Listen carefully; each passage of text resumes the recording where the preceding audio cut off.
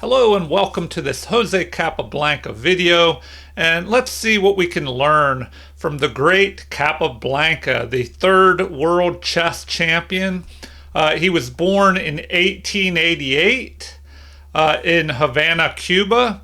One of the greatest players in chess history. He was known more for strategic play. And later in his career, he played d4 a lot. But earlier in his career, he started with the e4 pawn, the king pawn opening. So today I'm going to go over a game that he played versus Frank Marshall. And this game was played in 1909.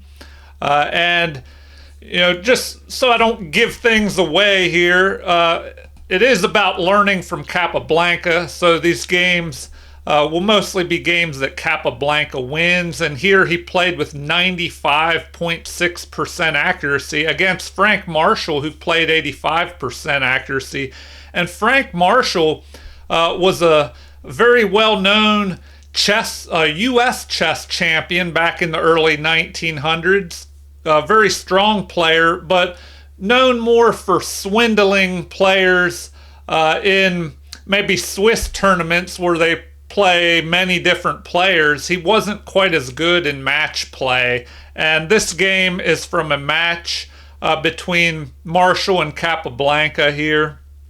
And it looks like Capablanca gains the lead and just holds on to it to the end. So let's see what we can learn and how Capablanca did this. They played pretty solid, both of them. One inaccuracy by Capablanca, 3 by Marshall, and 1 mistake, but no misses, no blunders. So let me turn on the computer analysis here, and we'll take a look at this game. So Capablanca with the white pieces begins with e4 here. And Marshall responds with e5. So things are equal in the center, and knight develops attacking the pawn here. And so Marshall responds with defense of that pawn and developing a knight at the same time, which is usually a good idea. If you can develop your pieces and have them achieve multiple things by that piece development. So like a knight here attacks the pawn, forcing your opponent, or encouraging them to defend that pawn. And then the knight is also covering valuable real estate, attacking these central squares. You get the knight off the back rank, and the king is closer to castling. And now after this bishop move, we have the Ruy Lopez opening, which attacks the knight here, which is defending the pawn that this knight is attacking. So you think, well, if he takes that knight and then after a recapture, would white go ahead with a pawn or by a pawn? But the queen could attack, in the center here and get that pawn back. So let's see what happens. We have the old Steinitz defense, named after the very first official world chess champion, Wilhelm Steinitz. And this move fortifies the pawn in the center.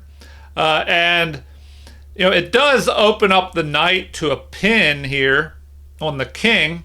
So what does Capablanca do? He castles his king to safety before starting any other operations. Gets the king safe behind this barricade of pawns and knight, gets his rook closer to the center where it can be more efficient and aid in the upcoming battle between these two players. So here we have a common move in the Ruy Lopez, attacking the bishop, forcing this bishop to make a decision of either retreating or attacking this knight.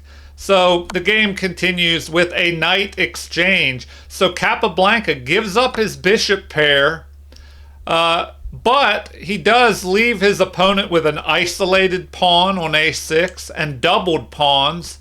So those could be long-term weaknesses, perhaps. So the game continues with d4, the best move in the position, because this immediately attacks here. threatening to capture a pawn. If we have a recapture, queens could be exchanged, and then the knight could go ahead by capturing a pawn here, and white would be ahead in material. So what does Marshall decide to do here? Well, he avoids all of that by capturing. Not the best move. Computer says it's still a good move, but it looks like f6, just fortifying the center, would have been better. That would provoke a little weakness on the king side, but it's recommended to just play f6 and fortify.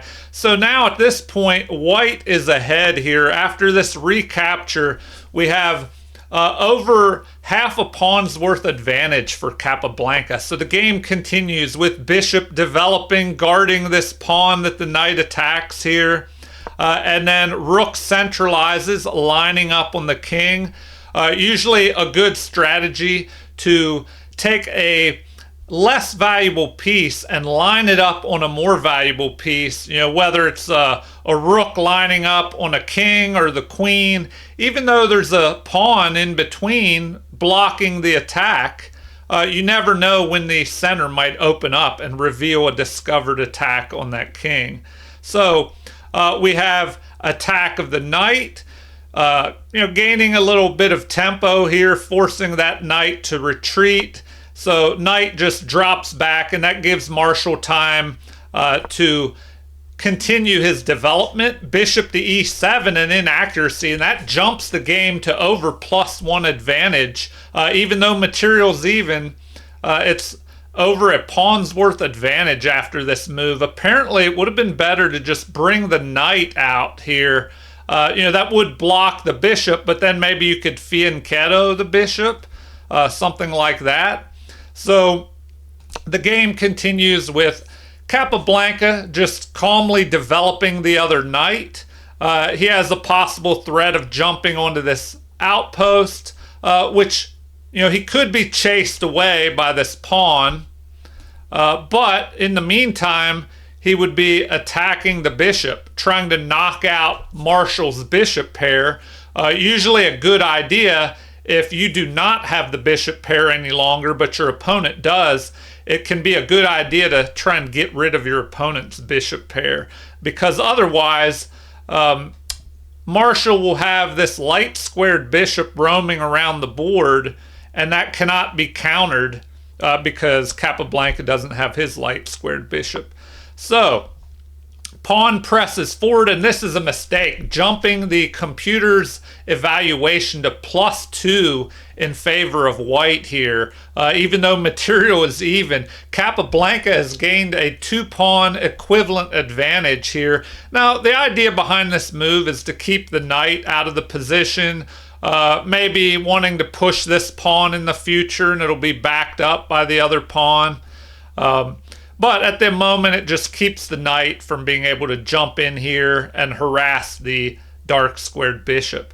The computer instead recommends h6, which keeps pieces out of the g5 square in the future. That could also help you push this pawn forward, limiting the scope of the bishop here. And attacking the bishop if it develops to f4, and maybe a future attack on the knight. So you could have a pawn storm after this h6 pawn push, but that could weaken the king side. And where would Marshall place his king? Because he's already opened the queen side up here. So the game continues with bishop developing to f4, targeting this pawn here with the bishop and queen combo, and it's only defended by the lone bishop here. So that is taken care of with the best move, developing the bishop forward here. Now it's controlling a little bit more of the center, keeping an eye on this square. It also unleashes the queen's protection on this pawn. So the game continues with Capablanca bringing his queen up towards the center, connecting the rooks, which is a good idea. You can always tell if you're opening, well, not always, but I should say many times you can tell how successful your opening was by how your rooks end up. If you're able to place your rooks on good open or half open files, so maybe this other rook will come here and create a battery, adding even more pressure to this pawn. So knight develops, and now we have rook centralizing, creating that battery, attacking the pawn on d6, that weak backward pawn, along with the bishop, and we only have 2 defenders. So what will Marshall do here? Well, he pushes the pawn forward, the best move, and attacks here. And now the pawn is backed up by the other pawn, and let's see what happens. Is this a good idea? At this point, white is still ahead by the equivalent of +2, even though material is temporarily even. And here, Capablanca finds the best move.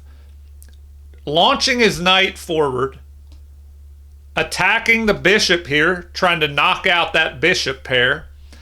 So this can also allow maybe this f-pawn at some point to push forward. But then the knight will be under attack by this pawn if it pushes forward, and it'll be limited on where it can go. So let's see how the game continues. We have a pawn push here, targeting the knight. So instead of retreating that knight immediately, there's this in-between move of knocking out the bishop pair, which is best.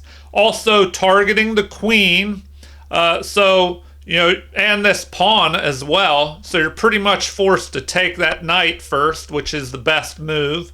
And now this knight is still under attack. So Capablanca jumps the knight forward, which the computer says that's an inaccuracy. White is still ahead by the equivalent of a pawn and a half, even though material is even. But it looks like queen to h3 was recommended. So after queen to h3, we could take a look at that because it looks pretty crazy. You're targeting this pawn. Maybe you capture that and prevent the king from castling, and the king would be stuck in the center. But what would happen? Well, you can't take the knight because then the queen would be picked off. So yes, it looks like this would be a good move. And the recommendation here would be to play e5 and just give that pawn up to the bishop. Anyway, before I jump too far into a sideline there, let's take a look at what happened. The knight jumps forward, but that old saying, a knight on the rim is dim. Will that apply here? Well, if you're able to jump your knight back into the action, now the knight cannot capture here at the moment because the bishop is covering that. But you could push this pawn forward here, preventing this pawn from moving forward, trying to get rid of one of the doubled pawns and attacking the queen, although the queen could just capture at the moment. But by placing or pushing this b pawn forward, the knight would remain protected. It blocks this pawn from being able to push up the board. It could go to a5, but no further. And then if it stops on that dark square, it could become a target in the endgame. So the game continues with the queen developing to the edge, attacking the knight. This is an inaccuracy. It would have been better to drop the knight back. And now the game continues with, well, if that knight would have dropped back, that could allow the pawn to push forward and chase the bishop. And then it would help further fortify the center. But here, the knight is under attack, so Capablanca calmly pushes that b pawn forward, protecting the knight. And now we have rook centralizing, an inaccuracy that jumps the game to almost +3 in favor of white. So pretty amazing that material is even, and the computer evaluates this position as white being the equivalent of a whole piece, a whole bishop or knight, or 3 pawns ahead in material here. So the rook is lining up on the queen. I mentioned that could be a good strategy. If the center opens up, there could be a discovered attack on the queen. But the computer doesn't care much for this move. It really likes the knight dropping back, which could allow this pawn to press forward. So the game continues with knight dropping back here. So interesting choice by Capablanca. Now the queen cannot capture this, or can it? Well, if the queen captures, so we could take a quick look at that, especially for beginners who are wondering, well, what would happen if the queen captured here? Well, the knight jumps up to c4, and that knight is starting to get trapped in here because there's this move coming. So where can the queen go? They recommend castling here, but then that queen would just be trapped. So, even if the queen, well, the queen can't even go here. The queen would just be pretty much trapped there. All right.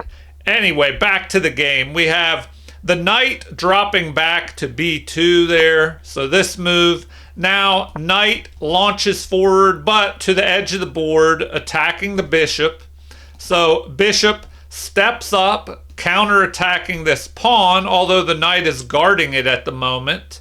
But, if the g pawn attacks that knight, there could be a possibility of snapping up that pawn. Although a rook could attack the bishop and then, go after this pawn. So, I doubt that scenario would occur. So we just have castling. So black, Marshall tries to get his king to safety. His rook is on the half-open file, putting pressure down the F file here. So the game continues with the knight jumping forward, attacking the queen, and then queen steps up, kind of limited in scope. The queen is kind of cut off here by its own pawns. Here, the queen could drop back maybe to this square, but what else is the queen doing here? Well, maybe keeping an eye on this rook, but I don't know. The game continues. We have queen to h3, targeting the knight here. So knight is protected by pawn, but this it's the best move according to the computer, but another weakness in black's king side here. And now it's 3.5, the equivalent of 3.5 pawns advantage for white. So queen captures here, snagging a pawn with check to the king. So a block by the rook, which is the only move possible. So it's not looking good for black at the moment. So the game continues with an attack on the knight. And then here, that attack is ignored in favor of a developing move with the bishop here. So let's take a look at that. Knight to g7 is recommended as being best. But I don't know. It's looking pretty rough here. So we have the bishop developing. Capablanca, of course, snaps up the piece, and Capablanca is just pretty much winning now. So the game continues with a capture, forking the king and rook here. So king moves away. Queen puts pressure on the pawn. He does not snap up the rook here. Interesting. So let's go back and look at that. That would be the second best move. Just grabbing this rook here. But apparently Capablanca found the best move. So rook jumps forward, not getting out of the attack here, but putting pressure on the queen. So now we have queen capturing pawn. Rooks double up here. Queen, sidesteps, preparing to possibly capture this pawn. What is Capablanca going to do next here? So he jumps forward, adding pressure to this rook, which is pinned to the king and being attacked by the queen. So it's starting to look very dangerous here. So the game continues with rook capturing the knight. So the knight is captured, bishop captures, and now the bishop drops back here with a possible repositioning, maybe going here, or even here, bringing that bishop up to here to protect this perhaps, which is under attack. But the game continues with an attack on the king. King steps out of the line of fire. The pawn attacks, and this is where the game ended. So Marshall resigns here. If the king would go to f6 here, there would be a mate in 1 with the queen landing on this square, because the queen would cover all these squares here, and the rook and the pawn would prevent the escape. But the best move, even though it would be a mate in 10, would be to capture here, and then queen just snaps off the rook. And let's see, here the recommendation is to capture the pawn with check. Rook to f3 would block the attack. And now the best move is king to h5 here, which I guess the king would be heading down here trying to go after this rook. So what's the other option? Bishop to g3. But no matter what, it's looking pretty bad because Capablanca is +7 ahead in material here. He's ahead by 2 rooks if the game would have played out this far. But the game ended earlier after this move right here. All right, well, feel free to leave any comments. Please like and subscribe to support the channel if you haven't already. And before I end, just a reminder, I'll do further Capablanca games, and I'll have a series of playlists, each with a different player. So I have a Bobby Fischer series going, where I'll just have a lot of Bobby Fischer videos with a lot of his games. I started Mikhail Tal, another former world chess champion, and now Capablanca. And I'll probably do others in the future. So if you leave a comment with any other players that you would like to see games of in the future, just leave a comment and let me know. So thank you for watching and have a super chess day.